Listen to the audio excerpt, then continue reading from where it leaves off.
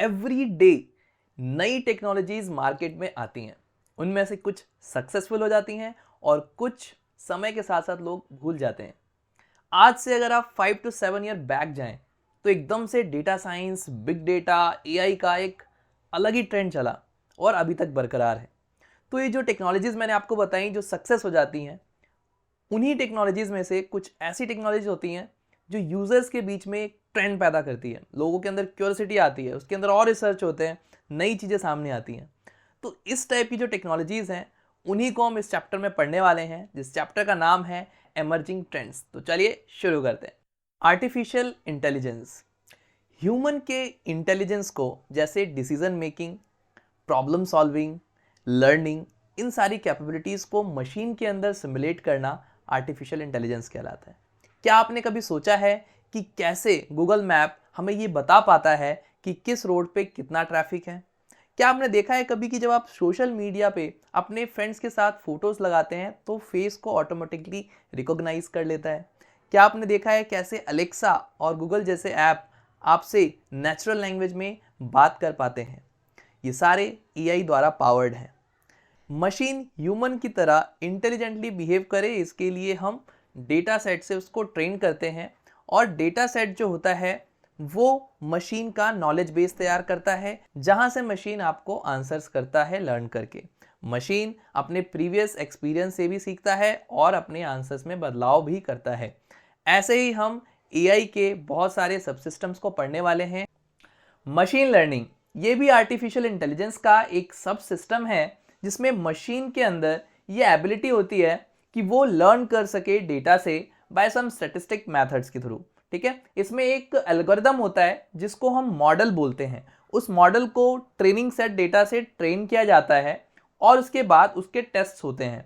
अगर result satisfactory होता है तो फिर हम उस मॉडल को यूज करते हैं और अप्लाई करते हैं। अगर ट्रेनिंग डेटा सेट हमारा खराब है या फिर उतना सही नहीं है, इट माइट बी पॉसिबल कि उसकी ट्रेनिंग गलत हो जाए और फिर जो प्रेडिक्शन करे फ्यूचर के लिए वो प्रेडिक्शंस रॉन्ग भी कर सकता है। इसलिए यहाँ पर उस डेटा का, यानी जो ट्रेनिंग डेटा है उसका करेक्ट होना, सही होना, वैलिड डेटा होना बहुत जरूरी है। Immersive experience is also subsystem of artificial intelligence. नाम से बिल्कुल क्लियर है।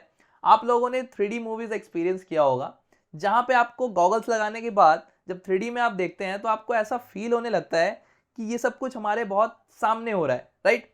तो बेसिकली इस टेक्नोलॉजी में क्या होता है, हमारी बॉडी के जितने भी सेंसेस हैं, चाहे वो देखना, सुनना, महसूस करना, सूंघना, इन सभी सेंसेस को अगर हम बेवकूफ़ बना पाएँ, ठीक है, और ये फील दिला दे कि रियल में हो रहा है, तो इससे क्या होता है, बहुत रियलिटी का अनुभव होता है। और क्योंकि इसके ज़रिए हम बहुत सारी ट्रेनिंग दे सकते हैं जिसमें आपका बहुत ही रियल में कॉस्ट बचेगा। जैसे अगर आप कार ड्राइविंग में आजकल जाते होंगे तो आपने देखा होगा कि कार ड्राइविंग के लिए जाएंगे तो वहाँ पे सिमुलेटर्स होते हैं, जिसका यूज़ करके आपको फील होता है कि आप रियल में गाड़ी चला रहे हैं रोड पे, बट ऐसा रियलिटी में नहीं होता है। वहाँ पे आपको फील कराया जाता है, स्क्रीन्स लगे होते हैं, आपको लगता है कि अब लेफ्ट लेना है, राइट लेना है। हेलीकॉप्टर उड़ाने में, फ्लाइट्स की ट्रेनिंग जो होती है, तो इन सबके सिमुलेटर्स बनाने में काफ़ी यूज़ है। वीडियो गेम्स खेलने में तो इसका यूज़ इन एरियाज़ में हो रहा है। इमर्सिव एक्सपीरियंसेस में दो पार्ट्स हैं जहाँ पे जनरली हमारे रिसर्च चल रहे हैं टेक्नोलॉजी के। एक है वर्चुअल रियलिटी। इसमें क्या होता है कि एक 3D जनरेटेड कंप्यूटर सिचुएशंस होती है जिसमें ऐसा फील करा दिया जाता है बॉडी को कि ऐसा सब कुछ रियल में हो रहा है, क्योंकि हमारे सेंसेस जो हैं, चाहे वो आईज हैं, नोज हैं, इन सबको ऐसा फील कराया जाता है कि सब कुछ रियल में हो रहा है। ठीक है, तो इसको बोलते हैं वर्चुअल रियलिटी। जैसे आप देख रहे हैं कि ये बच्चा जो है यहाँ पे अपने फेस पे एक हेडसेट पहना हुआ है जिसके ज़रिए उसको फील होता है। तो ये ज़्यादातर वीडियो गेम्स और ड्राइविंग स्किल्स के लिए, इन सब चीज़ों में यूज़ हो रहा है। ठीक है, वीडियो गेमिंग्स में तो बहुत ज़्यादा हो रहा है, जिसमें बच्चों को रियल फील होता है कि वो गेम में सही में किसी को मार रहे हैं। ठीक है, दूसरा पार्ट है इसका ऑगमेंटेड रियलिटी। नाम से पता चल रहा है आपको, ऑगमेंटेड यानी कुछ एक्स्ट्रा ऐड करना, यानी रियलिटी में कुछ एक्स्ट्रा ऐड कर देना। इसका स्कोप कहाँ पे है?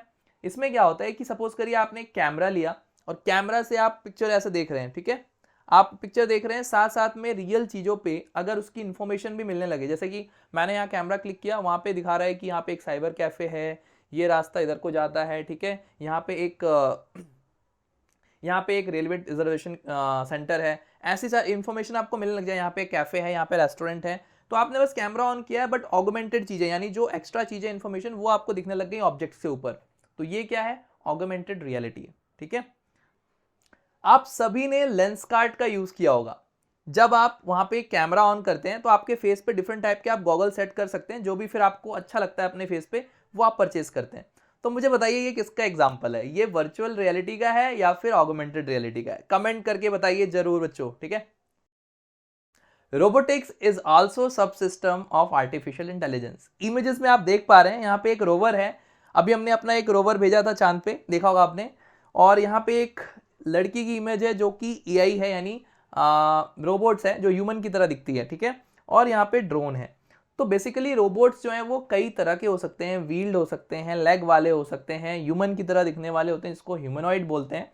ठीक है, और हमारे ड्रोन्स होते हैं वो भी एक तरह से रोबोट्स हैं। रोबोट्स वो हैं जो ह्यूमन के काम को खुद कर सकें, यानी कुछ कुछ ऐसे टास्क हों जिसको कंप्यूटर कर सके अगर हम उसको इंस्ट्रक्शन दें।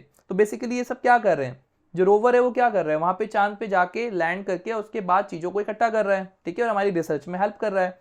ऐसे ह्यूमनॉइड्स हैं, ह्यूमनॉइड्स हमारे क्या ह्यूमन की तरह दिखते हैं, जो ह्यूमन कुछ काम कर सकता है वैसे कुछ काम उससे करवा सकते हैं। जैसे आजकल बहुत सारे रेस्टोरों में रोबोट जो है वो सर्व करते हैं खाने को। ठीक है, तो ये वहां पे यूज हो सकता है। ड्रोन्स का तो आप देख ही पा रहे हैं कि मिलिट्री में यूज है, वीडियोग्राफी में यूज है, फिल्मोग्राफी में है, जर्नलिज्म में है, हर जगह पे यूज हो रहा है आजकल ड्रोन्स का, जो आपको बहुत अच्छे शॉट्स देता है ऊपर से। ठीक है, क्योंकि उसको हम रिमोटली कंट्रोल कर पाते हैं, उसमें कैमरा लगा होता है और उसको अपने हिसाब से हवा में उड़ा के और कहीं पे भी शूटिंग कर सकते हैं। तो ये मिलिट्री ऑपरेशंस में भी यूज होता है।